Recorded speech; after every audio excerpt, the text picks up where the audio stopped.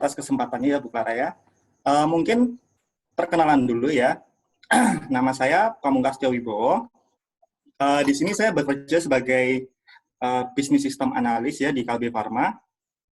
Posisi saya adalah sebagai IT Officer Business Solution. Nah, nanti kalau misalkan kalian ada mau tanya-tanya, atau misalkan di luar sesi ini, kalian emang pengen tanya sesuatu ke saya, kalian bisa menghubungi saya melalui email di pamungkas.wibowo@kalbe.co.id atau melalui WhatsApp ya. Jangan SMS, soalnya saya nggak bakal baca kalau SMS. Oke. Mungkin dari agenda dulu ya Bu Clara ya, apa aja sih yang pengen saya jelaskan di malam hari ini.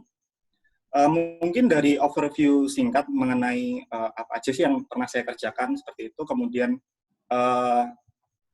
key role atau responsibility sebagai business analyst itu seperti apa, kemudian skill apa aja sih yang diperlukan untuk menjadi seorang business analyst menurut cara pandang saya.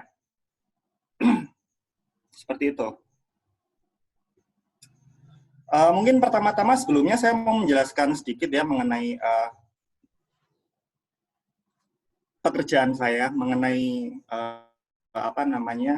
corporate overview dari kantor saya. Saat ini saya bekerja di Kalbe Pharma. Kalbe Pharma ini didirikan pada tahun 1966 dan berlokasi di Jakarta. Kami memulai untuk menjadi perusahaan terbuka atau PT TBK di tahun 1990 dan memulai untuk menjual saham sebesar 42,98%. Ini berdasarkan data Maret 2020. Bentar. Aduh, Andika, mute. Please.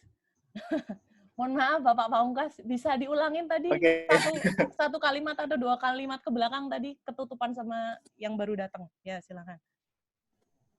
Oke ya, jadi saya ulangi ya mungkin. Jadi perusahaan kami ini berdiri di tahun 1966 dan berlokasi di Jakarta. Dan memulai untuk menjadi perusahaan terbuka atau PT Kalbe Pharma Tbk dengan menjual saham sebesar 42,98% di tahun 1991. Nah, saat ini kami juga sebagai salah satu perusahaan farmasi terbesar di Asia Selatan dengan kapital market sebesar 3,4 billion USD. Untuk produknya, penjualannya kita jual 95% di domestik dan 5% di ekspor. Nah, mungkin kalau kalian tahu Kalbe ya, mungkin kalian hanya tahu ini produksi obat, tapi sebenarnya enggak. Kita produksi obat itu hanya 24%, sementara kita juga ada health device seperti kursi roda dan segala macam, itu kita market share-nya sebesar 17%. Kemudian ada nutrisional, kalau kalian pernah minum hidrokoko atau Jilkit, Trenagen, itu kita market share-nya sebesar 28% dan sisanya ada di distribution and logistik. Selanjutnya, ini adalah perjalanan dari PT Kalbe Pharma. Mungkin ini saya nggak akan jelasin panjang ya, karena ini kayak benar-benar timeline yang sangat detail. Jadi ini mungkin kalau misalkan kalian pengen tahu, di capture aja ya. Ada, aku record kok. Oke. Kita langsung aja ya ke ini ya, apa yang mau saya sampaikan. Overview sebagai bisnis analis ya. Jadi bisnis analis itu apa sih? Menurut pandangan saya secara pribadi, bisnis analis adalah creative problem solver. Karena mereka adalah orang yang membantu perusahaan untuk mencapai tujuannya dengan cara yang pertama, itu mereka akan memahami masalah atau tantangan yang ada di perusahaan itu, atau yang sedang dihadapi oleh perusahaan. Yang kedua, mereka mengumpulkan requirement dengan berbicara atau menanyakan kepada bisnis atau stakeholder mengenai bisnis apa sih yang sedang berjalan saat ini. Kemudian yang terakhir, mereka memberikan solusi atau rekomendasi yang terbaik, namun harus tetap berdasarkan business constraint ya. Artinya aturan terhadap perusahaan itu harus tetap dipatuhi. Contohnya dalam perusahaan saya itu kita tetap harus patuh terhadap regulasi yang ditetapkan oleh BPOM dan Kementerian Kesehatan serta organisasi terkait seperti WHO, FDA dan lain-lain. Pengalaman saya sebagai bisnis sistem analis ya, itu saya mengerjakan proyek dan support operasional ya. Role saya secara spesifik itu saya melakukan develop sistem sesuai dengan kebutuhan user, serta bertindak sebagai internal consultant dan problem solver untuk sistem yang sedang berjalan dengan pembagian modul yang spesifik. Pembagian modul yang spesifik itu seperti apa?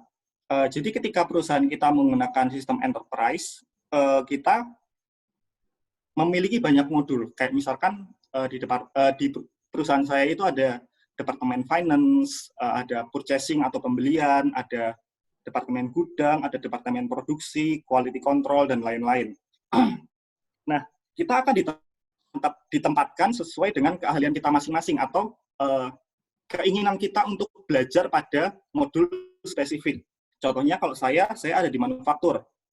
Dan perlu kita tahu ya, dan perlu kita sadari bahwa bisnis analis itu sebenarnya bukan hanya lulusan IT, tetapi ketika kalian adalah seorang IT dan menjadi bisnis analis, kalian bisa bertindak sebagai bisnis sistem analis. Artinya, kalian tidak hanya mengerti dari sisi bisnis, tapi kalian juga mengerti dari sisi sistem. Oke, itu nanti kalau misalkan ada pertanyaan, nanti boleh dipotong aja ya dari diskusi saya ya. Ya, teman-teman, silahkan kalau mau tanya. Kemudian, oke. Next. Kalau saya ngomongnya terlalu cepat juga tolong dikoreksi ya Bu ya. Iya. Untuk lebih pelan. Iya. Kemudian internal consultant ini yang saya maksud adalah saya harus bisa menjelaskan sebagai key proses dari sebuah bisnis mengenai detail bisnis proses yang seperti function, kemudian form, sampai dengan report yang digunakan. Seperti itu. Kemudian, selanjutnya, nah di sini, kalau di kantor saya ya, di kantor saya itu ada 2 tipe bisnis analis. Yang pertama ada eksternal, kemudian ada internal. Eksternal bisnis analis itu seperti apa? Itu adalah orang-orang yang mengerjakan proyek sesuai dengan kontrak yang berlaku. Misalkan mereka keluar dari organisasi dan mengerjakan di organisasi yang lain. Jadi mereka itu merupakan orang-orang yang datang, kemudian membantu organisasi untuk menyelesaikan masalah. Kemudian setelah mereka itu provide solution atau memberikan solusi, dan solusi itu diimplementasikan, mereka akan keluar dari organisasi tersebut dan kembali ke perusahaan atau organisasi kita. Sedangkan internal business analyst itu lebih ke orang-orang yang stay di organization. Jadi mereka itu bekerja sama dengan stakeholders dari departemen yang berbeda, mulai dari internal project, kemudian perubahan pada bisnis, dan impact-nya apa ke sistem yang existing berjalan dan sistem yang lain. Kemudian ada insiden monitoring juga, dan lain-lain. Nah, di sini saya secara pribadi bertindak sebagai internal business analyst. Karena saya bertindak layaknya karyawan dan saya tidak pernah keluar dari organisasi. Seperti itu. Oke, selanjutnya. Kita masuk ke key role atau responsibility dari business analyst itu seperti apa sih? Yang pertama adalah gathering requirement. Gathering requirement ini menurut pandangan saya secara pribadi adalah proses yang paling berdarah-darah ya, dan paling menyesakan karena ini memakan waktu yang sangat lama dan kalian itu harus mengerti, kalian harus harus bisa memahami dan mengerti bisnis proses, kemudian kalian harus bertanya, menggali, sehingga bisnis atau stakeholder yang berjalan bisa elaborate itu bisa bekerja sama mengenai bisnis mereka itu seperti apa sih, gitu. Nah, biasanya ketika kita tanya-tanya nih ke user nih, bisnis proses yang berjalan itu seperti apa sih? Nah, biasanya mereka tuh juga nggak akan terlalu tahu ya, karena mereka itu biasanya ketika sudah menghadapi pola pekerjaan yang sama setiap hari, itu kayak take it for granted gitu. Jadi, apa yang perlu dikerjakan aja. Jadi mereka nggak tahu istilahnya impact atau implikasi terhadap departemen lain ketika saya melakukan hal A itu seperti apa, kemudian next step dari pekerjaan saya itu seperti apa. Nah, ini merupakan proses yang sulit ya, karena ketika kita harus menggali sesuatu yang kita nggak familiar dengan bisnis prosesnya, terutama dengan standar-standar yang harus dipatuhi, itu akan sangat sulit karena setiap perusahaan pasti punya bisnis proses yang berbeda-beda ya kan. Kayak misalkan perusahaan farmasi dengan perusahaan otomotif pasti cara mereka memproduksi atau mereka bisnis prosesnya itu pasti berbeda kayak gitu. Kemudian yang kedua adalah fasilitator atau middleman. Di sini kalau saya bilang kita sebagai bisnis analis berfungsi sebagai translator atau pihak tengah antara bisnis atau stakeholder dengan technical team, entah itu dari manufaktur atau vendor yang menjajakan mesin atau sistem yang lain, atau dengan tim IT kita sendiri.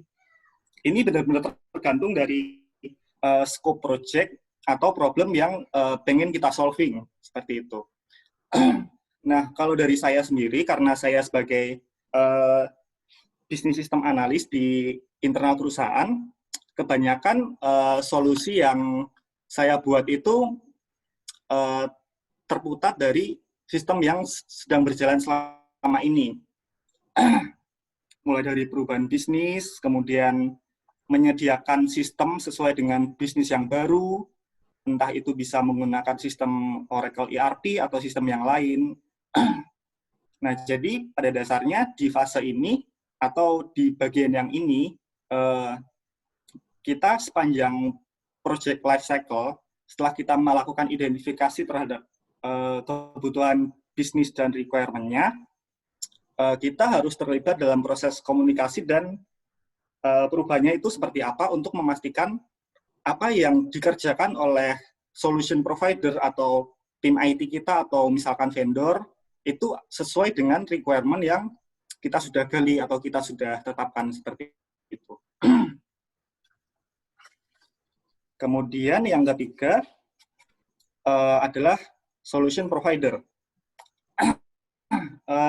Di sini adalah proses ya namanya solution provider ya, artinya kita harus melakukan brainstorming ya untuk mendapatkan list solusi yang akan di-provide ke bisnis. Proses ini tentu aja bisa dijalankan setelah kita memahami atau memiliki better understanding terhadap problem yang dihadapi bisnis atau organisasi. Dan tentu saja kita juga kembali lagi harus tetap mematuhi bisnis constraint yang ada. Misalkan ya itu tadi, dalam hal ini saya tetap harus berpegang terhadap aturan yang ditetapkan oleh Kementerian Kesehatan, BPOM, dan organisasi lain, entah itu dari WHO atau dari FDA, untuk membuat sistem seperti itu. Nah, jadi key role di sini itu sebenarnya adalah untuk meng-guide dan membantu bisnis dalam memutuskan solusi yang terbaik. Tapi perlu diingat bahwa bisnis itu tentu akan take ownership ya terhadap perusahaannya. Artinya perubahan bisnis atau sistem itu jadi dilakukan atau tidak, itu bukan keputusan kita, tapi keputusan bisnis itu sendiri. Jadi pada akhirnya ketika kita mungkin adalah solution provider yang hebat, kita bisa merumuskan nih solusi-solusi terbaik untuk organisasi, tetapi ketika rekomendasi kita itu tidak visible, artinya tidak memungkinkan untuk dijalankan, mungkin ada faktor biaya, ada faktor mendes yang terlalu lama, atau mungkin tidak ada impact yang signifikan terhadap bisnis, atau juga bisa mungkin nggak ada dukungan dari bisnis itu sendiri. Nah, ini menyebabkan apa yang kita lakukan itu kayak nggak ada gunanya gitu. Jadi kayak kita udah gali requirement, tapi ujung-ujungnya nggak kepake aja gitu. Nah, ini sering banget sih kalau di tempat saya kayak gitu. Di perusahaan saya. Jadi kita sering banyak project, kita udah kerjakan, tapi ujung-ujungnya program atau sistem itu nggak jadi dipakai. Yang terakhir adalah mendokumentasikan sistem. Ini adalah fase di mana kita akan mencatat atau merecord atau mendokumentasikan bisnis proses yang benar itu seharusnya seperti apa, serta mungkin future modelnya itu akan seperti apa. Mulai dari computer system validation-nya seperti apa, kemudian functional design specification seperti apa, kemudian di dalamnya ada arsitekturnya, infrastrukturnya, kemudian sampai dengan retirement dari software itu sendiri. Seperti itu. Nah, setelah kita paham apa aja sih tanggung jawab atau responsibility kita sebagai bisnis analis, ini ada list mengenai skill apa aja sih yang perlu kita tingkatkan gitu ya. Nah, kalau untuk skill yang perlu ditingkatkan, ini adalah menurut pandangan pribadi saya ya. Jadi ini sangat subjektif, karena ini menurut pengalaman saya secara pribadi setelah bekerja sama dengan beberapa rekan-rekan BA dari beberapa proyek sampai dengan implementasi. Jadi ini adalah common karakter yang bisa saya temukan dan bisa saya lihat gitu. Yang pertama, mereka memiliki interpersonal dan komunikasi skill yang sangat bagus gitu. Mereka adalah orang-orang yang gampang untuk atau mudah gitu ya untuk berbicara dengan orang lain. Kemudian mereka adalah orang yang pintar untuk melakukan build relationship dengan klien dengan tujuan untuk membuat atau membangun trust dengan klien dan membuat momentum yang tepat. Selain itu, mereka juga orang-orang yang pintar untuk mengkomunikasikan apa yang mereka pikirkan atau mengkomunikasikan pertanyaan dengan manner yang sangat baik. Seperti itu. Yang kedua adalah pembelajaran yang sangat cepat atau quick learner. Nah, menurut saya ini sangat penting ya, karena dari pengalaman saya, kadang itu ada proyek yang harus dilakukan dengan waktu yang sangat singkat. Dan ketika kita tidak bisa memahami bisnis proses dengan cepat, bagaimana caranya kita bisa menemukan solusi yang optimal, seperti itu. Selanjutnya adalah holistically look. Ini artinya adalah orang-orang yang bisa melihat proses secara analytical ya, dan mereka itu bisa melihat proses secara menyeluruh. Artinya mungkin bahasa lainnya holistically look adalah helicopter view. Jadi ketika kalian ibaratnya nih kalian lagi naik helikopter di atas gitu kan, kalian akan melihat view yang sangat luas di bawah terkait apa kaitannya antara kota A dengan kota B, antara kota B dengan kota C. Tetapi ketika kalian hanya berada di kota A, kalian tidak akan pernah tahu hubungan kota A dengan kota B itu seperti apa. Kayak gitu. Kemudian yang terakhir adalah software familiarity. Nah, ini juga merupakan hal yang sangat penting ya, karena ketika kita tidak familiar dengan software atau sistem yang digunakan, maka akan sangat sulit untuk mencari solusi yang optimal. Nah, di sini kelebihan saya sebagai lulusan IT, sebagai lulusan IT. Jadi saya paham gitu ya, lebih paham sistem dari rekan-rekan saya yang lain karena di tempat kerja saya itu ada yang dari lulusan FA Finance, ada yang dari lulusan teknik mesin kayak gitu. Nah, di sini saya lebih bisa melihat sistem secara fungsional, kemudian sistem ini kapabilitasnya untuk menghandle masalah apa, seperti itu. Jadi mungkin kalau misalkan kalian lebih tertarik bekerja secara technical part dari bisnis analis, kalian bisa mencoba menjadi sistem analis. Yang artinya, kalian di sini harus paham secara lebih spesifik terhadap sistem atau mendalami sistem development itu sendiri. Dan bagaimana cara mengimplementasikannya. Kemudian, challenge di workspace saya, ini adalah beberapa challenge yang saya rumuskan dari pengalaman saya ketika bekerja. Yang pertama adalah untuk melakukan standarisasi bisnis proses. Terkadang ketika kita memiliki sebuah solusi dan kita harus melemparkannya ke bisnis, bisnis itu terkadang nggak bisa menerima solusi yang kita miliki karena prosesnya nggak standar. Contoh yang paling gampang, saya kan di perusahaan farmasi nih,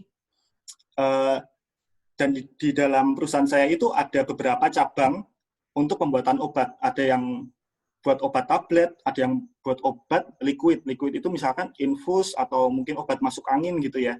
Nah, bisnis proses untuk pembuatan obat tablet dan obat jenis liquid ini pasti kan berbeda. Nah, tetapi kita hanya punya satu sistem. Bagaimana kita merubah pola pikir user untuk dapat menggunakan satu sistem yang sama untuk beberapa proses ini, itu adalah sebuah challenge. Ini kita harus benar-benar istilahnya fight sama user ya, kayak gitu. Kemudian yang kedua adalah otomasi. Di sini kesulitan dari otomasi ini karena terkadang sistem itu kan nggak bisa stand alone ya. Kita di dalam dunia industri, bukan kita, saya di dalam dunia industri, tentunya selain sistem, kita juga pakai mesin untuk melakukan pembuatan obat itu sendiri. Jadi, kadang user itu meminta adanya integrasi antara sistem yang dipakai dengan mesin yang dipakai. Sementara mesinnya itu kan bukan mesin yang standar kayak printer atau kulkas atau apa gitu ya, tapi benar-benar mesin produksi yang which is vendornya itu bahkan nggak ada di Indonesia. Vendornya itu ada di Italia, mungkin ada di Singapura. Nah, untuk melakukan otomatisasi ini, kita harus berkomunikasi dengan vendor yang ada di luar untuk mendapatkan API atau cara komunikasi antara sistem dengan mesin yang ada.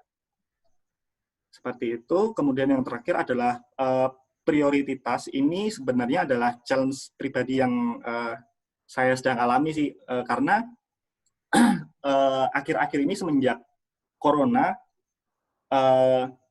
secara pribadi saya agak kesulitan untuk menentukan priority pekerjaan karena saya kan kerja dari rumah nih, sementara proyek saya di kantor itu sangat banyak dan hampir setiap hari itu saya melakukan meeting, jadi kayak sehari itu saya bisa menghadiri 5 meeting dan kadang ada yang waktunya tabrakan. Jadi saya harus memprioritaskan satu dengan yang lain itu sangat sulit sih menurut saya. Kayak gitu. Ya, sekian sih. Ketawa kita. Oke, terima kasih Bapak Pamungkas atas pemaparannya. Mungkin di sini teman-teman ada yang mau bertanya. Bagus banget loh ya pemaparannya ini dan pas banget ini orang dari perusahaan Mbok Mnowo nanti ada lowongan makan. Oh iya, saya mau tanya Bu, silakan Hendy Handoko. Hendy gimana? Mau tanyanya ngomong atau ketik? Hen, ngomong juga boleh sih, ngomong aja juga nggak apa-apa. Oh ketik aja deh Bu, saya pemalu, boleh ya. Nggak boleh malu dong, kita harus mulai berani dong. Dia emang gitu ya. Enggak. Pemalu kok ngomong-ngomong. Pemalu kok. Yoyo nanya ya. Oke, Hen, ngomong aja deh Hen. Sekalian kenalan deh sama Bapak Pamungkas. Hen. Bentar ya. Oke, aku mau nanya. Oke. Oh ya ini Hendy pertama, yang kedua nanti Ziko ya. Ziko ini udah ada pertanyaan. Hendy dulu silakan Hen. Hen boleh on cam Hen? On cam ya. Bentar Bu ya, rapin rambut. Iya nggak apa-apa, on cam ya, Hen, ya. Supaya Bapak Pamungkas melihat yang bertanya yang mana gitu. Nah ini, perkenalkan dulu ke Bapak Pamungkas, dirimu siapa? Halo Bapak, aku Hendy di sini. Mau Ya, tanya. salam kenal. Salam kenal. Jadi aku mau nanya, jenjang karir seorang bisnis analis itu, kalau misalnya kita baru lulus itu, apakah sampai kita 20 tahun kemudian masih bisnis analis itu? Atau ada jenjangnya yang lebih tinggi dari bisnis analis? Itu aja sih. Oke. Kalau dari pengalaman saya ya, artinya bisnis analis itu kan kembali lagi saya bilang bahwa nggak semua bisnis analis itu lulusan dari IT. Jadi tergantung dari keinginan kalian untuk belajar atau mau mempelajari bisnis proses itu sendiri. Ketika kita menjadi bisnis analis, tentu saja ketika baru lulus, awal-awal kalian akan menjadi junior bisnis analis. Nah, itu kembali lagi nih, kalian itu pengennya jadi yang saya bilang tadi ada internal atau eksternal. Kalau kalian menjadi eksternal bisnis analis, mungkin kemajuan karir kalian akan lebih cepat karena rata-rata bisnis analis itu percepatan karirnya itu dihitung dari berapa proyek yang udah kalian kerjakan. Seperti itu. Jadi semakin banyak proyek yang kalian kerjakan itu nilai kalian itu akan semakin baik gitu karena kalian dinilai untuk memajukan kalian dinilai telah memajukan perusahaan seperti itu. Jadi kayak reputasi gitu ya. Reputasinya bertambah semisal itu yang eksternal. Tapi kalau yang internal mungkin ada jenjang-jenjangnya di Kalbe. Kalau internal sendiri kebetulan kalau dari saya ya itu kita juga mengerjakan proyek internal tapi kan kalau proyek internal itu kayak nggak ada duitnya gitu. Jadi kayak apa ya, kayak kita mengerjakan sesuai dengan requirement dari yang stakeholder berikan. Misalkan dari perusahaan finance nih pengen bikin program, misalkan untuk menghitung pajak, oke, saya buatin gini, requirement-nya gini-gini, cara bikinnya gini-gini, develop-nya sampai dengan implementasi. Tapi kan program ini tidak dinilai sebagai istilahnya nggak ada additional pendapatan di departemen saya gitu. Karena saya mengerjakan untuk perusahaan saya sendiri, bukan untuk orang lain. Oke. Mungkin aku jadi penasaran deh. Ini nyambung ya pertanyaan Hendy tadi. Struktur organisasinya gimana sih? Strukturnya BA di Kalbe itu gimana sih? Maksudnya ada bagian-bagiannya atau bagaimana kok tadi bisa orangnya bisa beda-beda? Itu nempel di divisi lain atau gimana gitu? Bisa dijelaskan mungkin? Nah, kalau untuk struktur di perusahaan saya sendiri, kebetulan kan IT ada banyak nih. Ada IT yang istilahnya technical, ada yang programmer. Kemudian ada juga di departemen saya itu sebagai business solution. Artinya kita mendrive solusi bisnis yang ada. Nah, business solution di kami itu ada dua. Yang saya ceritain tadi, ada eksternal, ada internal. Eksternal artinya di sini kita bertindak untuk membuat aplikasi keluar perusahaan. Kayak misalkan, gimana ya, kita menjual program atau mendevelop program ke organisasi yang lain. Tapi di internal kita membuat atau mendevelop program untuk perusahaan kita sendiri, seperti itu. Oke. Jadi ada internal sama eksternal bisnis analis tadi ya?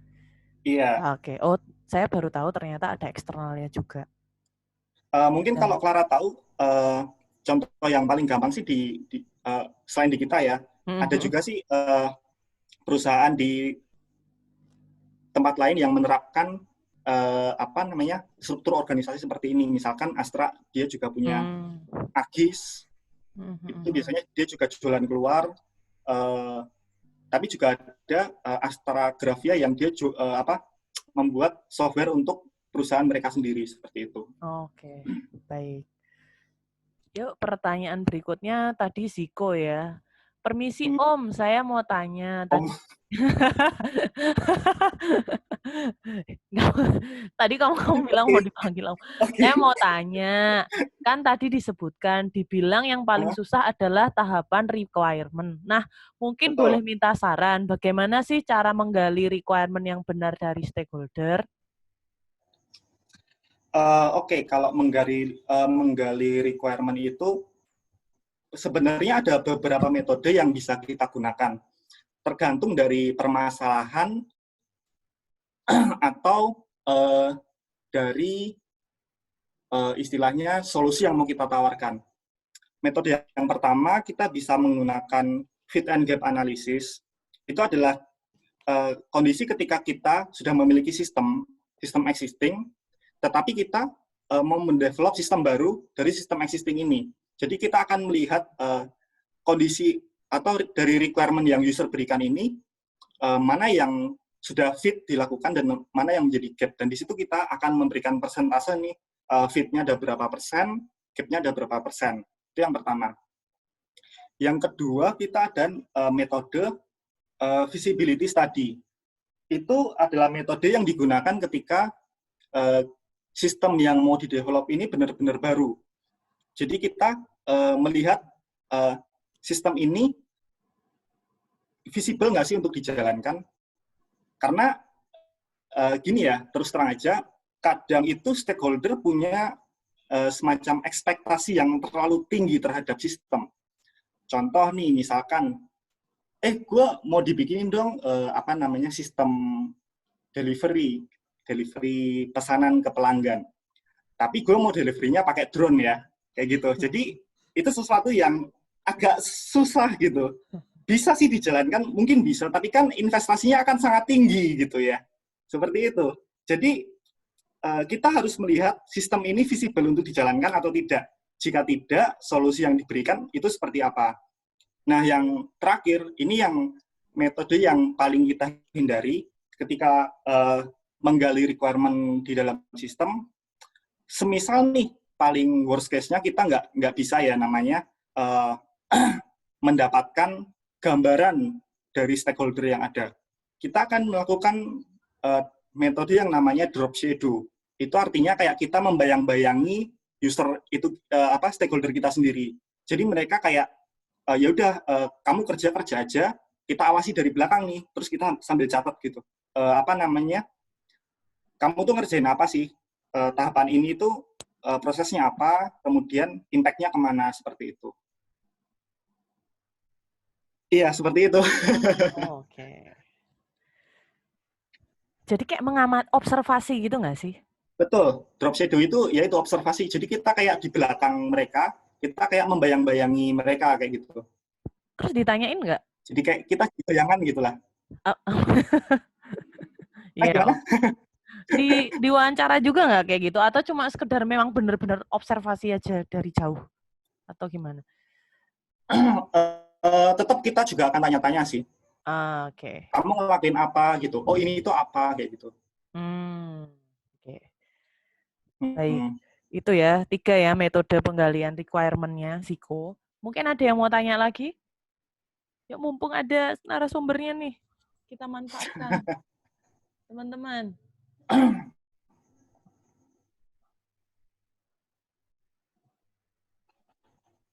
Yuk, teman-teman. Oke, chat lagi. Nih. Terima kasih, Pak. terima kasih tadi Ziko jawab terima kasih. Kemudian berikutnya Oke, sama-sama. Excel mau tanya. Permisi, saya mau tanya juga, Pak. Skill apa yang mungkin tidak diajar atau didalami di pendidikan formal yang ternyata sangat dipakai selama bekerja? Lebih banyak teknis atau soft skill-nya? Gitu.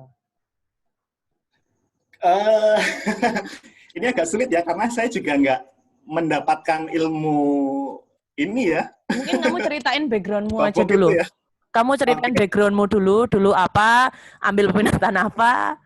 Oke. Ya, oke, silakan. Background saya itu dulu adalah teknik informatika, di mana saya dulu asal mulanya adalah programmer. Saya membuat sistem, dan saya semacam masuk ke perusahaan ini kayak gimana ya? Jadi kayak dari nol aja. Jadi kayak ilmu pemrograman saya itu benar-benar nggak dipakai sama sekali. Semua yang saya lakukan itu benar-benar berdasarkan analisa,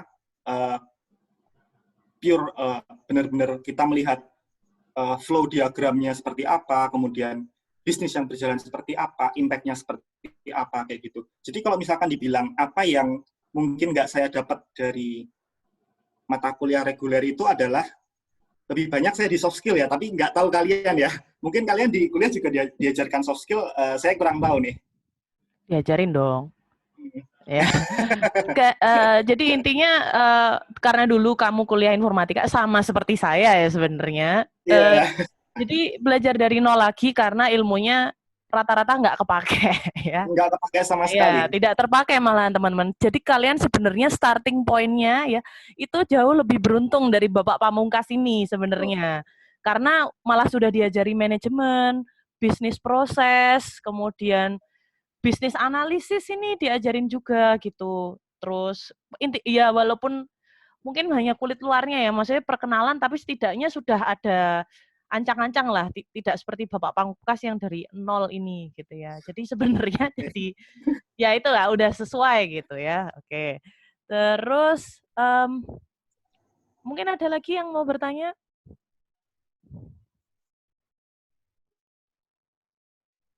Oh ya, tadi ngomong-ngomong tentang dokumen ya. Mungkin bisa sesuai dengan yang sudah kita bicarakan tadi siang bisa ditunjukkan contoh-contoh dokumennya. Nah, ini mungkin teman-teman bingung ya. Jadi kayak di Babok itu memang full teori ya, teman-teman. Bahkan ketika saya dulu ambil pelatihan Babok pun tidak ada dokumennya gitu loh. Dokumennya ya ketika kalian nyemplung di perusahaan, ketika kalian nyemplung di perusahaan itu baru ketemu template-nya, terus baru bikin. Nah, ini saya sudah minta Bapak Pamungkas untuk mau menunjukkan setidaknya template-nya. Karena kalau dokumen aslinya ya jelas tidak mungkin ditunjukkan ya, karena itu rahasia perusahaan. Nah, ini ada gambaran sedikit dokumen yang dibuat oleh bisnis analis di situ ya. Gitu, oke. Nah, bentar, saya gedein. Bentar. Nah, ini kelihatan nggak ya share foldernya? Teman-teman kelihatan nggak? Kelihatan. Kelihatan. Sip. Yuk, lanjut.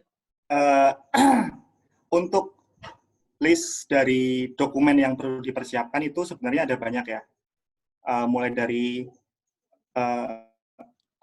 kita akan melakukan inventory list terhadap hardware yang ada, kemudian kita membuat risk assessment, kemudian apakah sistem yang baru ini memiliki electronic signature, kayak tanda tangan digital gitu.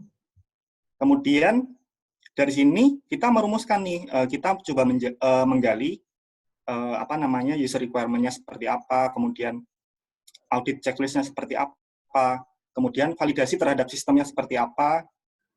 Nah, setelah itu baru kita masuk ke functional design specification. Ini adalah tahapan lebih detail dari user requirement. Jadi ketika user membuat requirement, itu kan lebih kayak kulitnya gitu ya, kayak kulitnya gitu. Misalkan, contoh nih, dari bisnis atau dari CEO, saya pengen dong dibuatin program untuk mendigitalkan proses yang masih menggunakan paper base atau proses yang masih menggunakan kertas di perusahaan saya. biasanya dari atas itu munculnya cuma satu kata kayak gitu. Nah, kemudian dia akan turun ke bawah nih, requirement-nya turun ke bawah ke stakeholder requirement. Mereka akan lebih mendetailkan requirement yang telah diputuskan oleh CEO atau atasannya seperti apa. Contoh misalkan saya mau menghilangkan kertas, artinya saya harus membuat sistem untuk misalkan pencatatan logbook, kemudian misalkan kayak EBR, electronic batch record, atau misalkan untuk laboratorium atau biasa dikenal sebagai LIMS, Laboratorium Information Management System, dan lain-lain seperti itu. Nah, di FSD ini isinya akan lebih detail dari requirement yang dibuat oleh user, mulai dari formnya seperti apa, secara fungsionalnya seperti apa, kemudian mungkin sampai ke tipe data, kemudian sampai ke use case, kemudian sequential diagramnya seperti apa, arsitekturnya seperti apa, sampai dengan infrastrukturnya seperti apa. Ini perlu dibuka nggak, Bu Clara? Kalau template doang kan boleh ya? Oke, dibuka ya. Biar teman-teman nggak penasaran ya. Nah, ini dia. Ini contoh ya, ini baru sekedar template sih yang saya bisa sampaikan. Contohnya adalah misalkan introduction, kemudian ada tujuan dari dokumen ini apa, scope project-nya itu seperti apa, kemudian apakah ada related dokumennya, kemudian ada terms and condition ya, artinya di sini kita harus memberikan batasan terhadap sistem yang mau kita buat. Seperti yang saya bilang tadi, terkadang user itu punya ekspektasi yang sangat tinggi terhadap sistem, jadi kita harus punya batasan-batasan sistem kita itu mampunya seperti apa, sampai di level apa, dan itu adalah batasan dari sistem yang akan kita buat. Kemudian ada resiko-resiko yang mungkin akan dihadapi seperti apa, kemudian solusi yang mau kita jabarkan seperti apa, mulai dari konteks diagram, interface diagram, data flow diagram, application screen flow-nya seperti apa, set map-nya seperti apa, proses flow-nya seperti apa. Kemudian yang ini saya bilang tadi, ada use case, user role dan responsibility yang mungkin akan dihadapi, mungkin nanti ada administrator, kemudian ada apalagi ya, misalkan user itu sendiri, mungkin ada responsibility untuk orang IT-nya mungkin, kayak gitu. Atau mungkin ada super user untuk level direksi ke atas yang bisa masuk ke dalam sistem. Kemudian sistem dependensinya seperti apa, kemudian functional specification-nya seperti apa. Nah, kemudian ini use case yang tadi lebih dijabarkan lagi, mengenai aktornya, stakeholder-nya, kemudian kondisi-kondisinya seperti apa, skenario-nya seperti apa, kemudian mock-up sistemnya akan seperti apa. Nah, kemudian ini adalah lebih detail ya, field level specification ini kita menentukan semacam tipe data dari setiap form yang kita udah buat. Itu misalkan dia mau pakai data string, integer, atau misalkan kalau free text itu karakternya limitasinya berapa, dia bolehnya input cuma berapa karakter, seperti itu. Nah, ini sama seperti yang tadi. Kemudian kita juga dokumentasikan setiap link, tombol, kemudian icon yang kita kita develop ke dalam sistem, kita list satu persatu. Kemudian konfigurasi sistemnya akan seperti apa. Kemudian non-functional requirement, misalkan ada kebutuhan untuk audit trail kayak gitu. Jadi user kadang itu, kalau di sisi saya ya, kadang ada audit dadakan gitu dari BPOM. Jadi ini merupakan sesuatu yang non-functional karena tidak berimpact langsung terhadap bisnis proses, karena fungsinya hanya untuk keperluan audit. Atau mungkin ada audit ISO atau yang lain seperti itu. kemudian kita list reportnya itu apa aja, kemudian apakah dia ada integrasi ke sistem yang lain, kemudian ketika ada report error terhadap report atau terhadap sistem, cara penanganannya akan seperti apa. Kemudian kalau misalkan ada migrasi data atau misalkan konversi data itu akan seperti apa. Kemudian strategi preparation-nya seperti apa. Kemudian yang terakhir ada open issue. Kemudian saat kita membuat FSD ini ada masalah-masalah apa yang kita hadapi seperti itu. Panjang sih ini, panjang. Oke, banyak juga ya ternyata ya. Banyak. Template-nya aja 7 halaman. Oh iya, sama tadi ralat. Use case kan kamu diajarin juga. Iya, use case diajarin sih. Ya, Tapi, use case, diagram, apa sih yang sequence, collaboration gitu-gitu masuk nggak sih di situ? Masuk Masuk kita kan? pakai. Nah, ya RPL masuk kan? Nah, ini Iya. teman-teman juga, ini teman-teman di SI juga diajarin juga di RKS kan ya, teman-teman ya. Mantap. Jadi ya pasti sudah tidak asing lah ya dengan itu. Terus, oh ini ada yang ngechat ya, bentar. Ziko tanya lagi ya. Permisi Pak, saya mau tanya. Kalau pembuatan dokumen di Kalbe, terlihat dari template-nya standarnya harus berbahasa Inggris ya Pak? Iya, kalau kita standarnya bahasa Inggris karena kita patokannya itu terhadap FDA dan WHO. Jadi semua dokumen yang kita bikin itu memang harus bahasa Inggris sih. Oke. Itu jadi semua ya, full ya? Sampai sayangnya kita nggak bisa buka ya. Nah, itu teman-teman ya. Itu kalau di Kalbe seperti itu ya. Jadi mungkin bahasa Inggrisnya bisa dipersiapkan ya. Boleh tahu dulu Bapak Pamungkas, TOEFL untuk masuk ke Kalbe berapa? Janganlah Bu, malu saya. Oh, sekedar info teman-teman, Bapak Pamungkas ini sedang mengambil studi S2 teman-teman di BINUS ya. Jurusan apa Bapak? Saja. Ya, gimana? Saya mengambil jurusan Magister Teknik Informatika ya. Sejalur sih. Sejalur, terus? Peminatannya mungkin ada nggak sih? Peminat sih, saya lebih ke bisnis manajemen ya. Oke. Sesuai anjuran saya itu nggak, Bapak Pamungkas? Iya. Thank you. Karena lebih kepake sih di perusahaan saya, ilmunya akan lebih bisa digunakan sih. Oke, ya itu ya.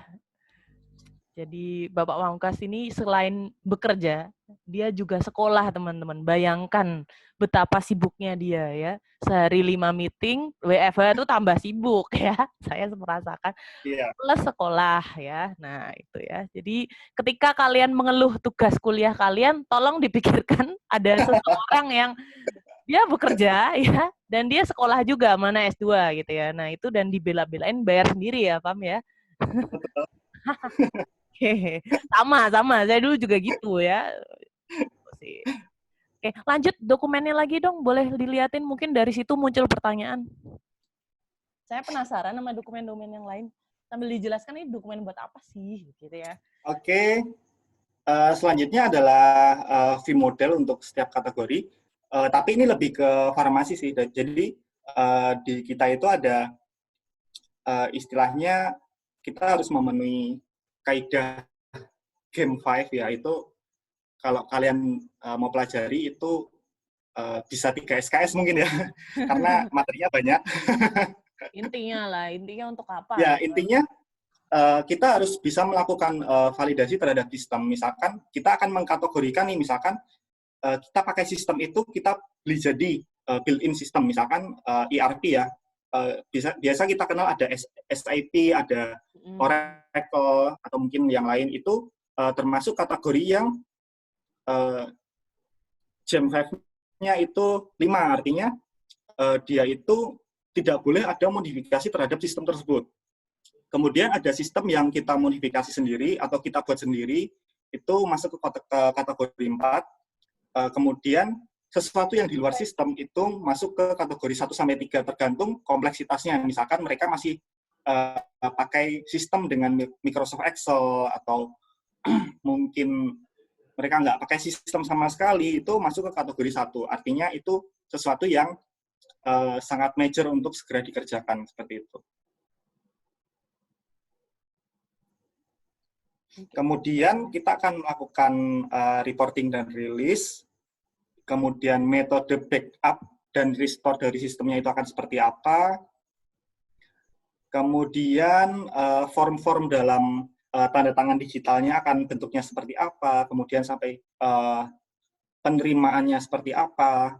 Kemudian ada audit trail, user access request form, user access periodic review, konfigurasi manajemennya seperti apa, kemudian retirement plan-nya seperti apa, dan retirement report-nya seperti apa. Kemudian jika masih di luar sistem, ibaratnya kita benar-benar nggak bisa sistem nih. Contoh, mereka memang harus masih menggunakan sistem yang lain, misalkan mereka pakai Excel gitu. Kita juga harus memikirkan bagaimana cara melakukan validasi terhadap Excel itu sendiri atau validation dari spreadsheet itu sendiri. Kemudian setelah sistem itu retire atau sistem itu pensiun gitu ya, legasinya akan seperti apa? Data-data yang udah ada di sistem itu melakukan validasinya seperti apa? Kayak gitu. Oke, itu aja. Ada lagi nggak?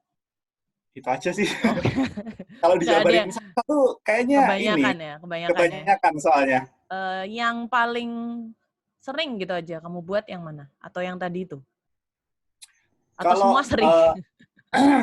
Tergantung sih dari role kita. Karena di sini kita adalah business analyst ya, artinya dokumen ini kita harus persiapkan semua, tapi nggak semuanya itu kita kerjakan secara langsung. Misalkan, contoh, backup dan restore. Itu kan salah satu tugas DBA ya, database administrator. Kita sebagai business analyst tentu aja kita nggak akan tahu dong prosesnya seperti apa. Kita cuma menggali metode yang mereka gunakan itu seperti apa, kayak gitu.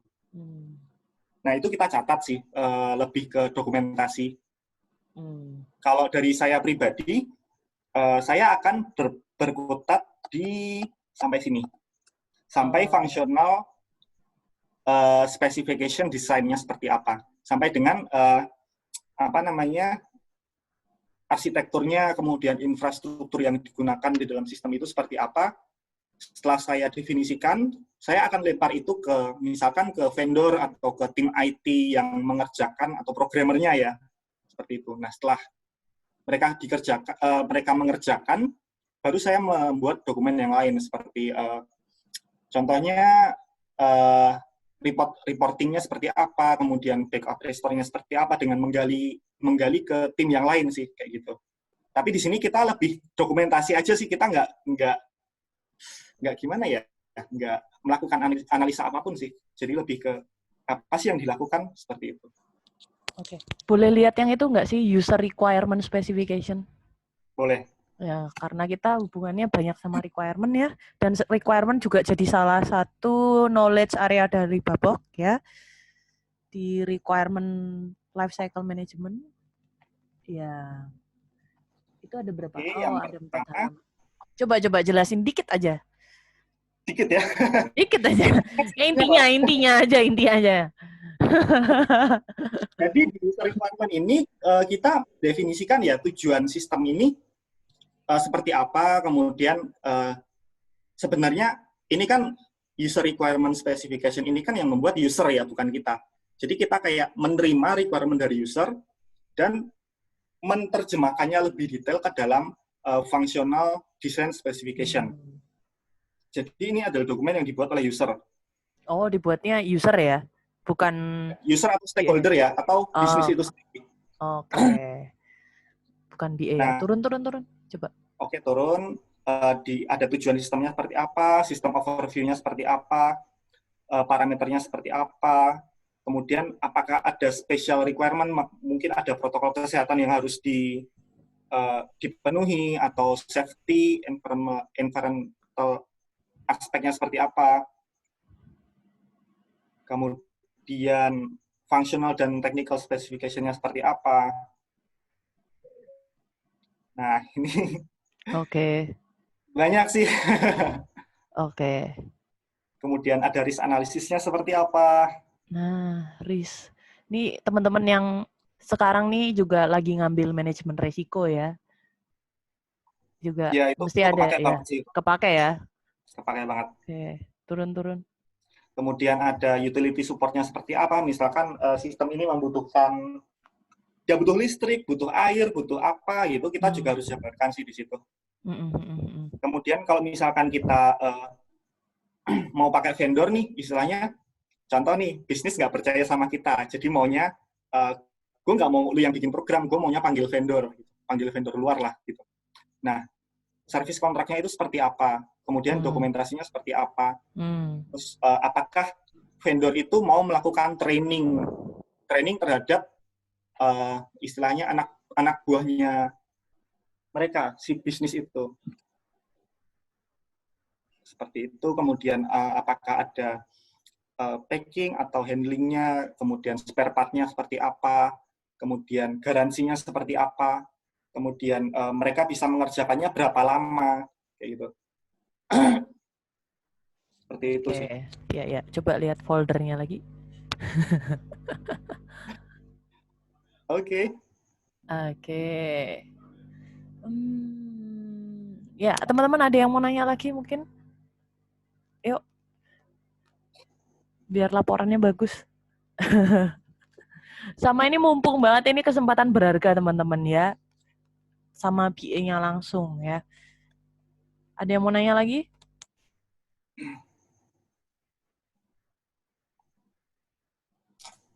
Oke, Ricci mau nanya ya. Ada lagi yang nanya nih.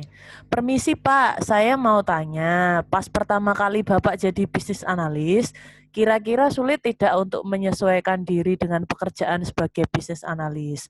Kira-kira jika mungkin ada beberapa kesulitan, beberapa lama untuk menyesuaikan diri sehingga terbiasa dengan pekerjaan sebagai bisnis analis? Silahkan dijawab. Oke, kalau kesulitan sih pasti ada ya, karena ketika saya itu waktu masih fresh graduate sebagai programmer, kemampuan analisa saya itu masih sangat minim ya. Jadi beruntunglah kalian yang mulai dari kuliah sudah diajarkan cara untuk melakukan analisa dengan lebih spesifik ya. Untuk penyesuaiannya itu saya lebih ke 3 bulan pertama sih. 3 bulan itu saya masa penyesuaian benar-benar saya dihandle sama mentor saya, diajari bagaimana cara untuk berkomunikasi dengan baik, kemudian cara untuk lebih ke soft skill sih.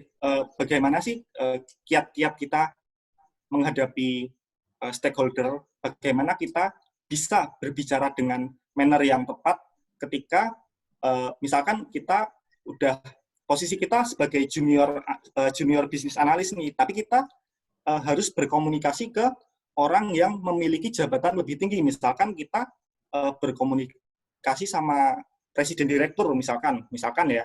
Nah, kita harus punya manner yang baik, kemudian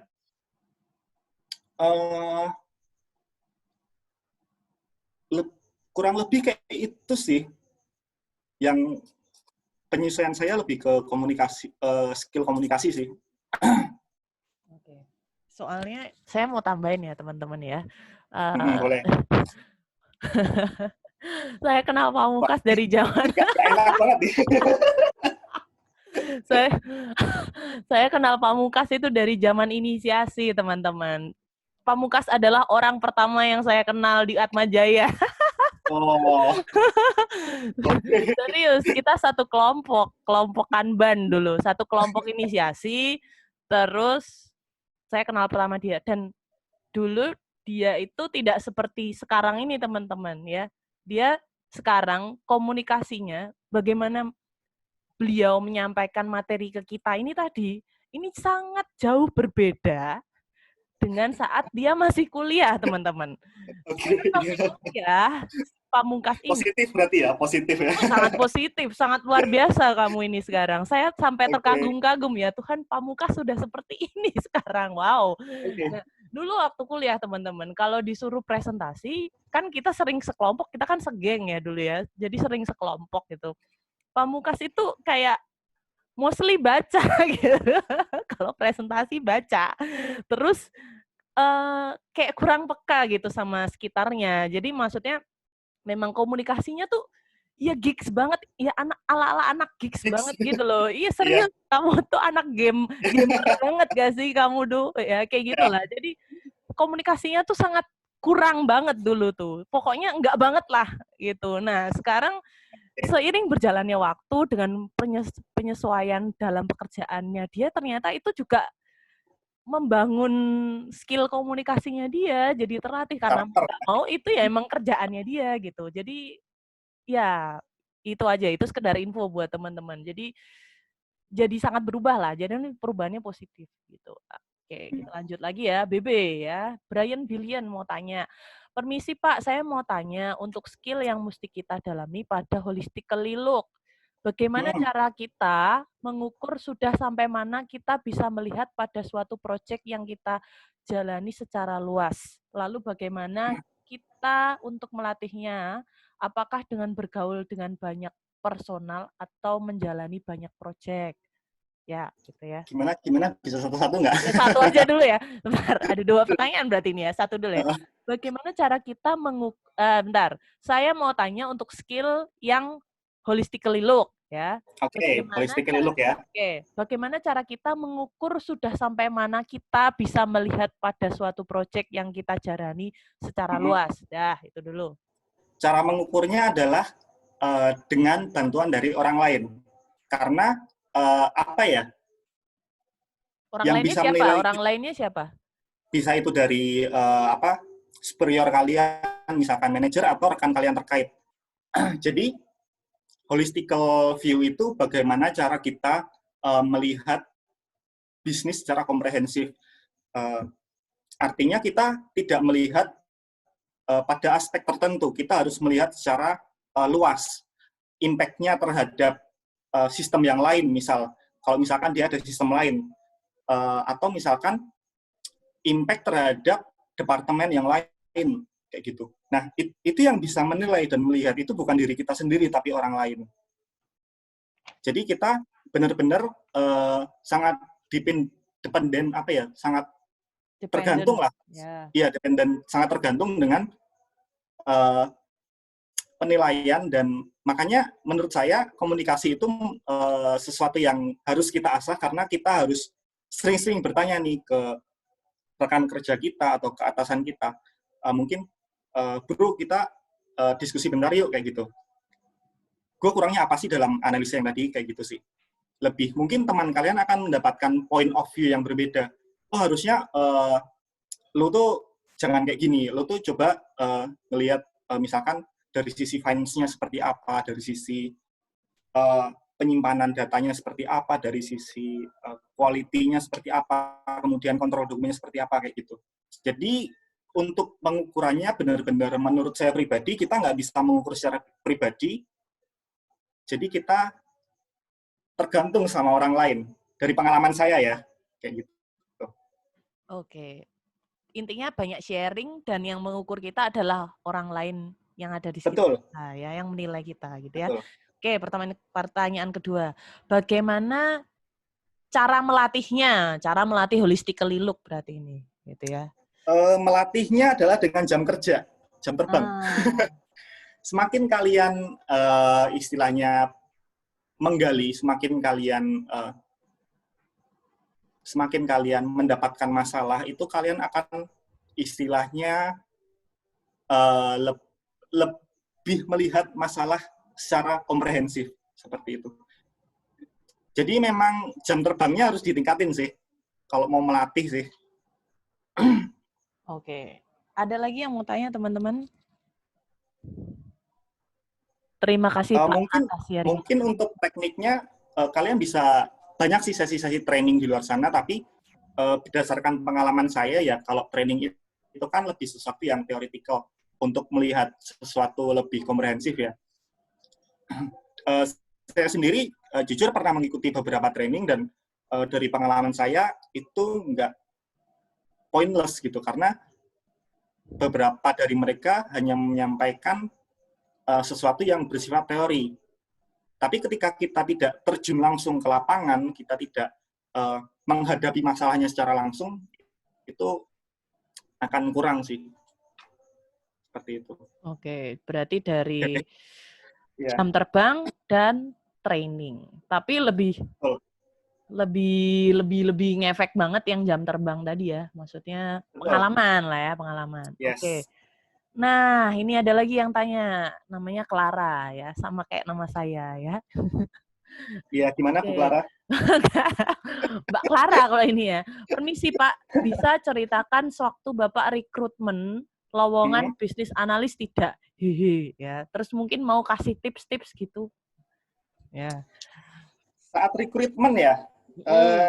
Ya jelas sih. Dulu jadi gimana? ketika Ceritain aja. Iya, kalau saya dulu sih ketika masuk ke Kalbe ya, saya sambil ngecas laptop mau habis baterainya. Oke, silakan. Oke, kalau pengalaman saya dulu, saya lebih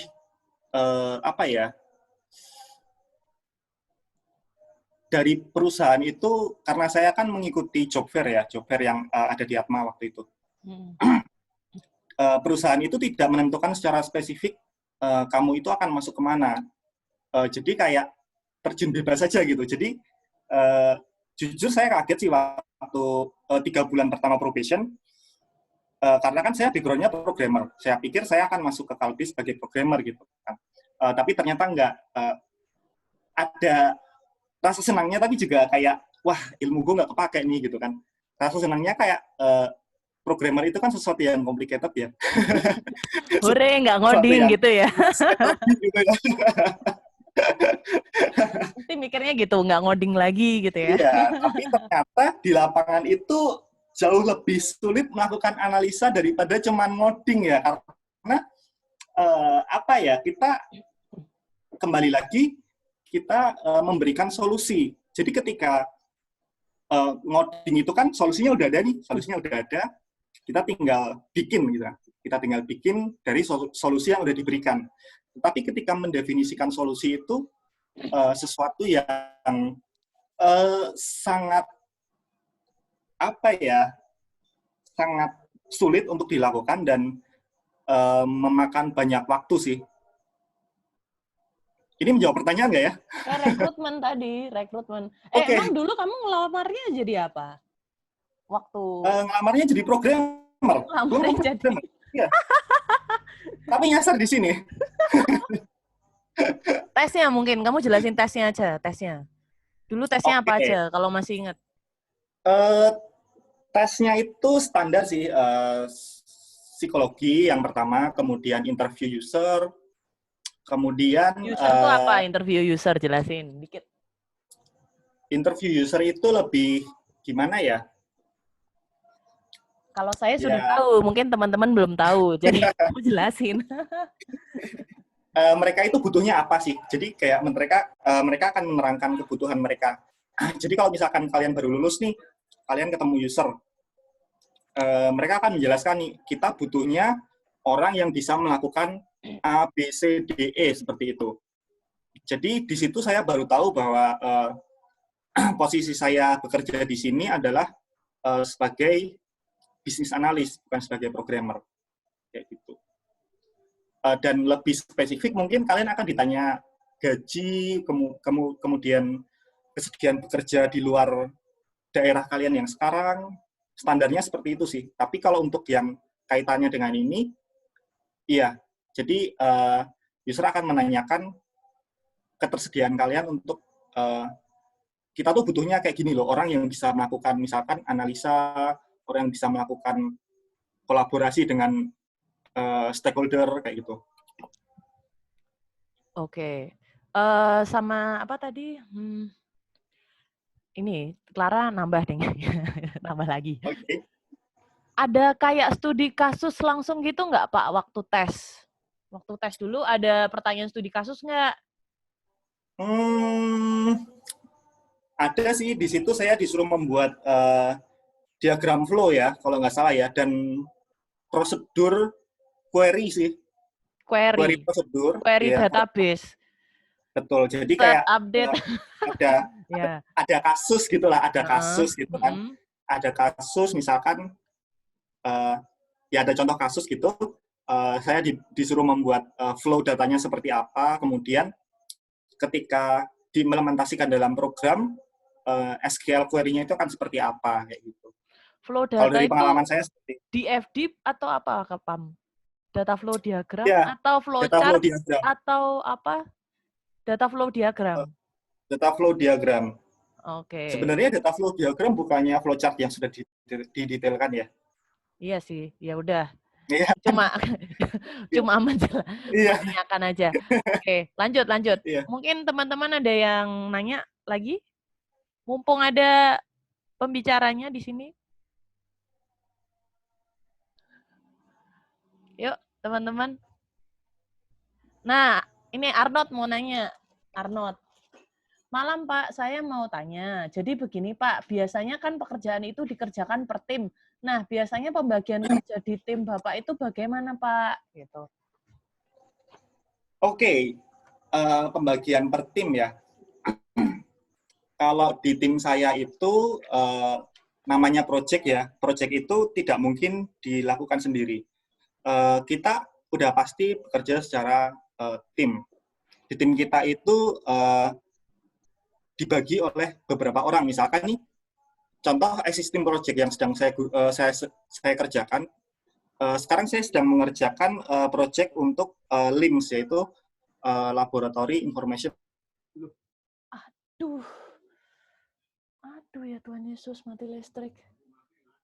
Aduh ya Tuhan Yesus. Aduh ya Tuhan Yesus. Ya Tuhan Yesus. Aduh ya Tuhan Yesus. Aduh mati listrik. Gimana nih?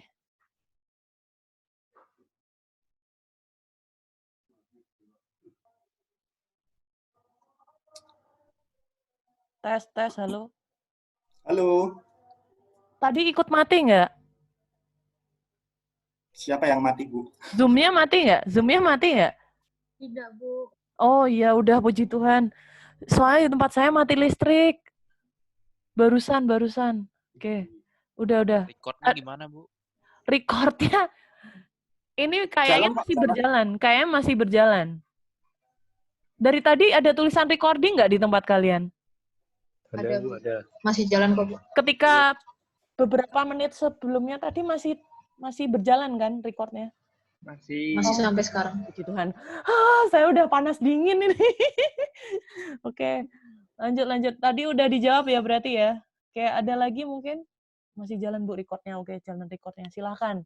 Ada yang mau tanya lagi teman-teman?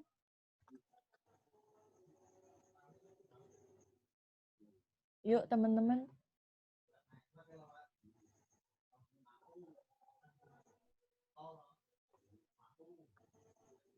Tes, halo.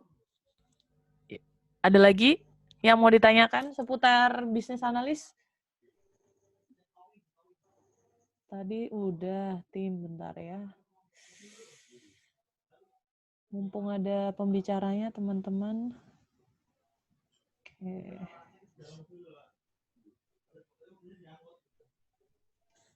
Udah ada yang tanya dukanya belum ya? Suka dukanya? Duka semua isinya. Wah, kamu jangan nakut-nakutin dong.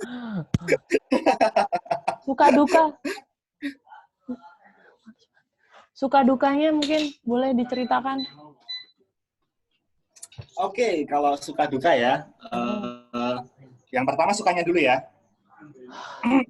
Yang pertama tadi udah eksplisit saya jelaskan sih.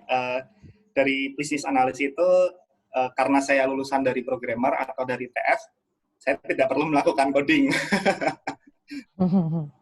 Oke, yang pertama itu. Kemudian yang kedua, di sini saya belajar banyak mengenai dari membangun relasi itu seperti apa, kemudian komunikasi yang baik itu seperti apa, kemudian istilahnya untuk menganalisa sesuatu itu apa saja yang harus didalami seperti itu. Jadi karena saya benar-benar terjun dari nol, di sini banyak sekali ilmu yang bisa saya dapatkan. Itu untuk sukanya ya. Sukanya, oke. Dukanya. Untuk dukanya di dalam pekerjaan saya itu adalah ketika berhadapan dengan stakeholder atau user yang istilahnya itu ngotot gitu. Istilahnya tentu kita kan sistem punya keterbatasan ya, keterbatasan dalam arti terkadang kita nggak bisa memenuhi ekspektasi yang user minta. Nah, terkadang kita di situ harus semacam ngotot-ngototan sih sama user sih. Jadi kembali lagi, kenapa saya bilang skill komunikasi itu adalah hal yang penting, karena nanti kedepannya di dalam dunia kerja, ketika kalian menjadi seorang bisnis analis, kalian akan lebih banyak berbicara daripada berhadapan daripada di depan komputer seperti ini sih. Jadi apa ya, ketika kita mendapatkan kata-kata yang mungkin sedikit pedas gitu ya, sedikit pedas dari user kayak gitu, itu challenging sih menurut saya sih kayak gitu.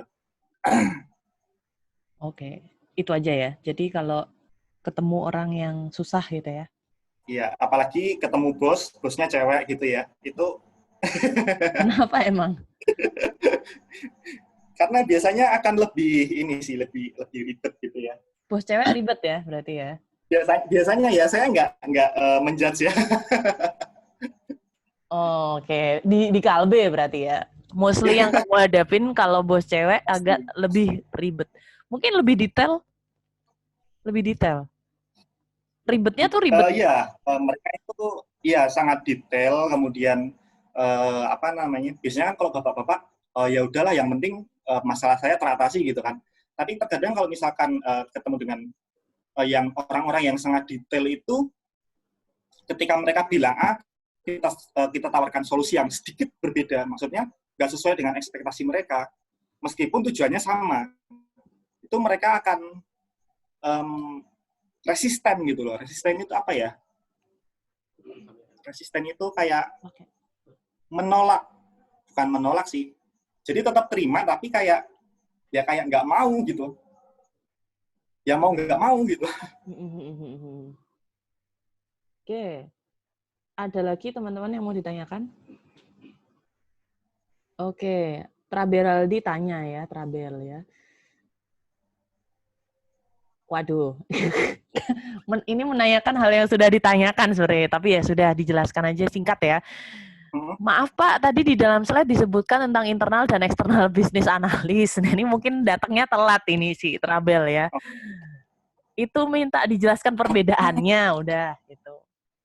Perbedaannya antara internal dan eksternal bisnis analis ya. Jadi kalau eksternal bisnis analis itu adalah orang-orang yang bekerjanya terikat dengan kontrak. Contoh nih, saya bekerja di luar organisasi yang saya miliki. Tentu saya punya sesuatu yang harus saya patuhi, dan itu biasanya tertuang dalam kontrak.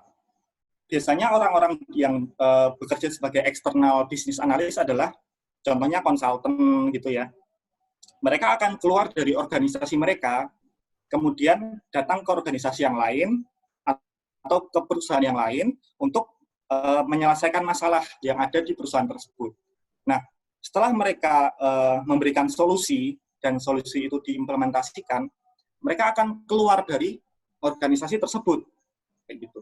Sedangkan internal bisnis analis adalah orang-orang yang kecenderungannya untuk stay di dalam organisasi. Mereka adalah orang-orang yang bekerja sama dengan stakeholders, biasanya itu lebih ke internal project, atau misalkan ada perubahan di dalam bisnisnya, atau mereka mau merancang sistem yang baru, atau ketika ada perubahan ini, impact-nya akan kemana aja, kemudian melakukan monitoring terhadap masalah atau insiden seperti itu. Jadi mereka lebih ke kayak apa ya, lebih kayak karyawan aja, kayak karyawan di sebuah perusahaan kayak gitulah. Jadi mereka nggak keluar dari organisasi. Oke. Oke, nah ini ada lagi yang nanya. Quincy nanya ya, permisi Pak, mau nanya, dalam mengerjakan suatu proyek, biasanya hingga berapa lama durasinya? Dan apakah dalam mengerjakan proyek tersebut sering overtime dalam bekerja? Oh, sering. Sering. Kalau durasinya itu tergantung skop dari proyek yang kita jalankan ya. Artinya gini, ketika kita mendefinisikan sebuah program atau software gitu ya, kita kan melihat requirement-nya seperti apa, kemudian arsitekturnya seperti apa, kemudian dari sistem infrastrukturnya itu memungkinkan atau enggak. Nah, dari situ kita bisa melakukan judgement dong, atau menilai kompleksitas dari proyek ini. Nah, setelah itu kan kita biasanya bikin timeline tuh, proyek ini memungkinkan dikerjakan untuk berapa bulan atau berapa tahun. Kalau dari pengalaman pribadi saya, proyek paling singkat yang saya kerjakan itu adalah 3 bulan, dan paling lama itu adalah 2 tahun. Kalau dibilang pernah overtime nggak sih? Pernah, pasti pernah. Dan ketika overtime dari timeline itu, pasti kita dimintai pertanggungjawaban. Artinya, kenapa bisa overtime, masalahnya apa, kemudian preventifnya seperti apa, supaya tidak overtime lagi, seperti itu. Oke, itu dia. Ada lagi yang mau tanya? Teman-teman? Oke, Pak. Seperti itu ya. Terima kasih. Oke. Sama-sama. Oke. Ada lagi, teman-teman? Oh ya, yang ngelakuin estimasi itu siapa ya, Pam? Manajerial, Pak.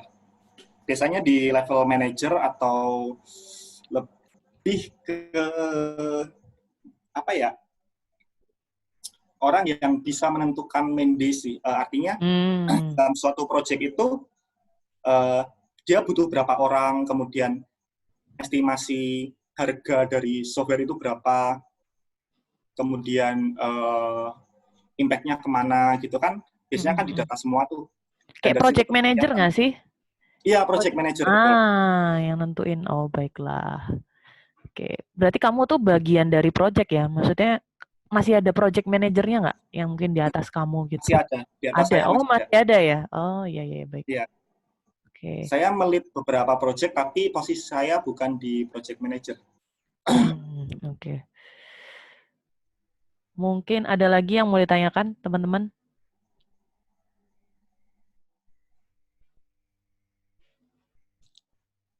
Yuk, mumpung. Ada lagi?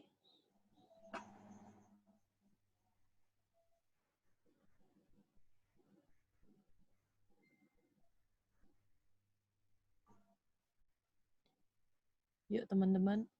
Mumpung masih ada waktu.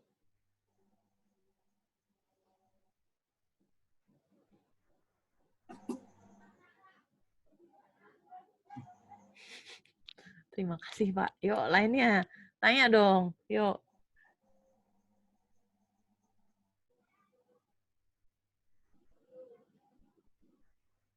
Oke. Mungkin bisa yang kamu pegang sekarang ada berapa project? Kalau sekarang saya lagi pegang yang berjalan ya. Berjalan itu saya pegang 2 project. Yang pertama contingency plan.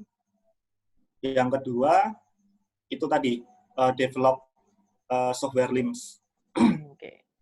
Berapa lama itu? Dan udah jalan berapa bulan? Kalau yang contingency plan ini inisiasinya dari Maret 2019, artinya udah setahun lebih ya. Setahun lebih, kemudian yang LIMS ini baru mulai di Januari, jadi sekitar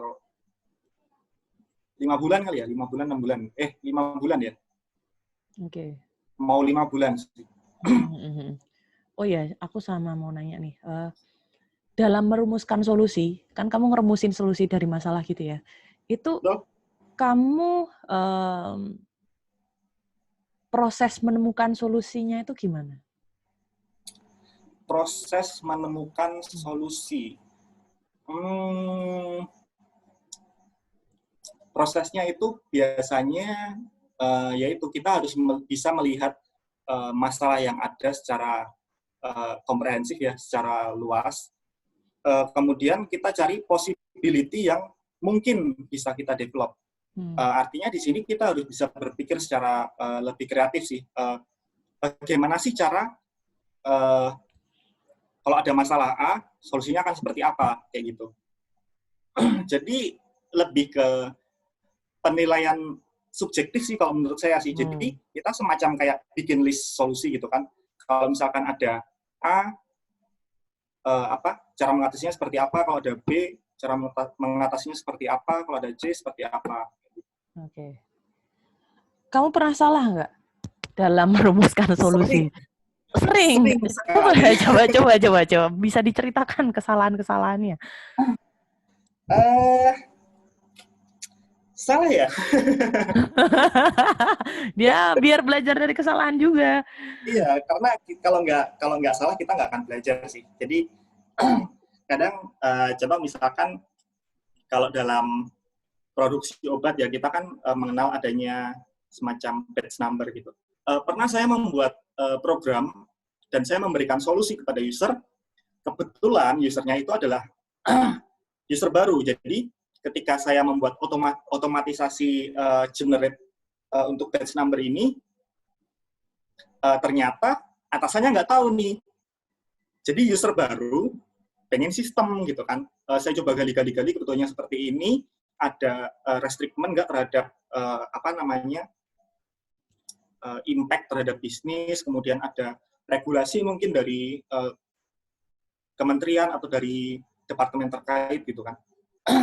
Nah, ketika programnya udah pada fase deployment, ternyata ada masalah di mana sistem yang sedang digunakan ini ternyata ada istilahnya ada jenis sediaan produk. Misalkan kan kalau obat itu ada banyak jenisnya nih, ada yang tablet, ada yang serbuk, ada yang injeksi, ada yang mungkin kapsul gitu kan. Ada satu jenis sediaan yang dia tidak bisa menggunakan batch number secara otomatis karena dia membeli dari manufaktur atau dari vendor lain. Jadi kayak kita tuh beli produk terus diganti kemasannya gitu loh. Artinya batch number-nya itu tetap harus menggunakan batch number manufaktur. Jadi kita nggak bisa menggunakan batch number kita sendiri. Nah, satu kesalahan ini tidak bisa diidentifikasi karena user saya kebetulan tidak experience di dalam hal itu, sehingga ketika solusinya sudah develop, terpaksa harus saya roll out, saya kembalikan ke sistem yang semula, kayak gitu. Oke. Terus implikasinya apa? Implikasinya apa ke kamu? Implikasinya ke kamu. Kalau implikasinya ke sistemnya kan jelas, maksudnya nggak jadi kan? Ya oke, ditarik ya. Kalau ke kamu diapain? Dimarahin doang sih. Oh, dimarahin doang. Sama siapa? PM atau? Ya sama superior sih, sama PM, sama ya rekan-rekan yang lain lah. Oke. Jadi kayak diceramahin gitu lah. Oh iya. Tapi kalau secara bisnis kan artinya ini menjadi sesuatu yang stop line production kan, artinya ketika ada sesuatu yang salah, mereka tidak dapat melakukan produksi. Artinya ada cost yang hilang, ada mulai dari tenaga kerja yang hilang, mulai dari produknya itu kan artinya berhenti ya. Sedangkan customer atau market itu kan kebutuhannya nggak bisa di stop gitu kan. Jadi kita nggak bisa jualan nih kayak gitu istilahnya. Jadi ada kerugian di situ secara finansial. Sering menyebabkan kerugian juga ya kamu ya. Ya sudah pasti. Jadi oke. Ketika itu tadi saya bilang ketika kita memberikan solusi kita harus melihat sesuatu secara holistik atau menyeluruh gitu ya, karena ketika kita nggak melakukan itu pasti ada sesuatu yang loss atau sesuatu yang merugi lah kayak gitu. Ada impact-nya sampai ke duit sih. Oke. Ya, teman-teman mungkin ada yang tanya. Ternyata untuk level orang yang sudah bekerja pun masih ada kesalahan ya. Dan ya udah sih. Tapi kan abis itu kamu tidak melakukan kesalahan yang sama lagi. Gitu ya. Iya. Mungkin melakukan kesalahan yang baru lagi mungkin. Ya, manusia kan tidak luput dari kesalahan ya, Bu ya. Iya, betul sekali. Ya, ada lagi teman-teman? Ada lagi kah? Yuk, tanya yuk. Mumpung nih.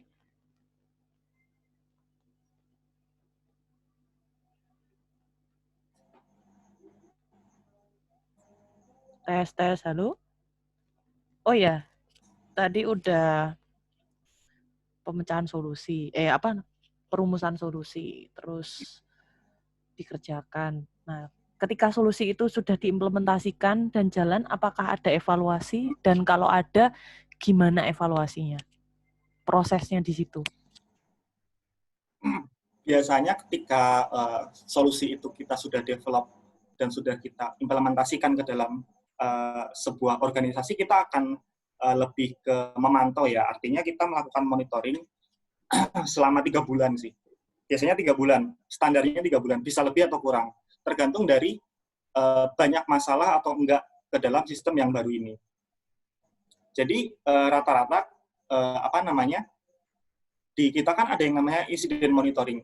Di situ kita bisa lihat nih persentase insiden atau persentase masalah yang timbul atas sebuah program yang sudah di-develop. Misalkan ketika sudah di-develop ternyata 90% isinya masalah semua nih, berarti kita harus overview lagi. Masalahnya kenapa sih? Kenapa bisa timbul ini? Kenapa bisa timbul itu? Dan itu harus kita detailkan sih secara satu persatu. Oke, terima kasih. Itu untuk yang evaluasi ya. Next, teman-teman, yuk. Ada lagi?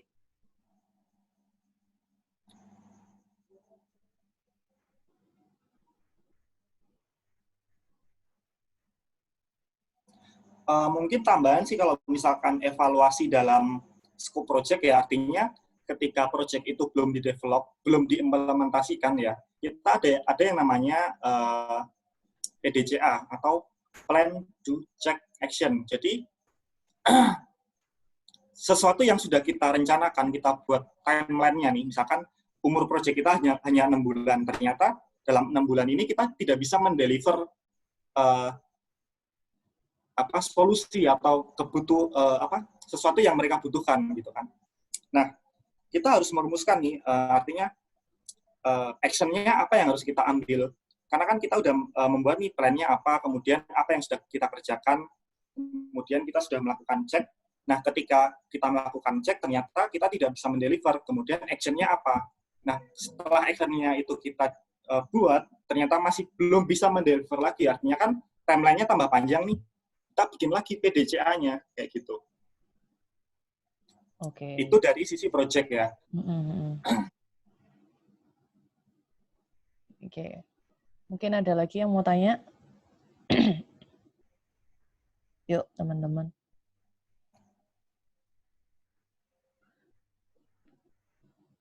Teman-teman ada yang mau tanya lagi? Yuk, mumpung. Oh, udah 2 jam. Udah hampir 2 jam ya kita di sini nih. Nggak apa-apa. Dikit lagi. Yuk. Ada yang mau disampaikan lagi, teman-teman? Mungkin ada yang berminat ke Kalbe, teman-teman?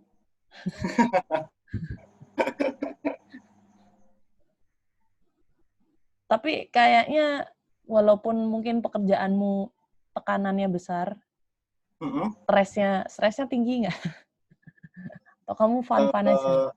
Atau udah biasa? Dari tingkat tekanan pekerjaan sih, saya melihat tekanannya lebih ke batin ya. Waduh. Iya, jadi karena kita kan menghadapi orang ya, bukan menghadapi sistem ya. Jadi ketika mungkin kalau dari programmer kita akan lebih stres ketika apa yang kita kerjakan itu kayak nggak jadi-jadi gitu kan. Mungkin Clara sudah pernah mengalami. Tapi ketika di posisi bisnis analis, kita bukan berhadapan dengan program, tapi kita berhadapan dengan orang. Jadi kita harus bisa yang namanya mengatur emosi gitu kan. Kemudian cara kita berbicara seperti apa, benernya seperti apa. Kemudian ketika kita melakukan presentasi, apa yang boleh dilakukan dan apa yang tidak boleh dilakukan itu benar-benar harus strict sih. Jadi lebih ke soft skill ya, kalau saya bilang ya. Oke, betul sekali ya. Itu masuk ke itu ya, kayak membina hubungan stakeholder engagement ya. Iya, betul. Oke. Terus mungkin ada lagi teman-teman yang ditanyakan.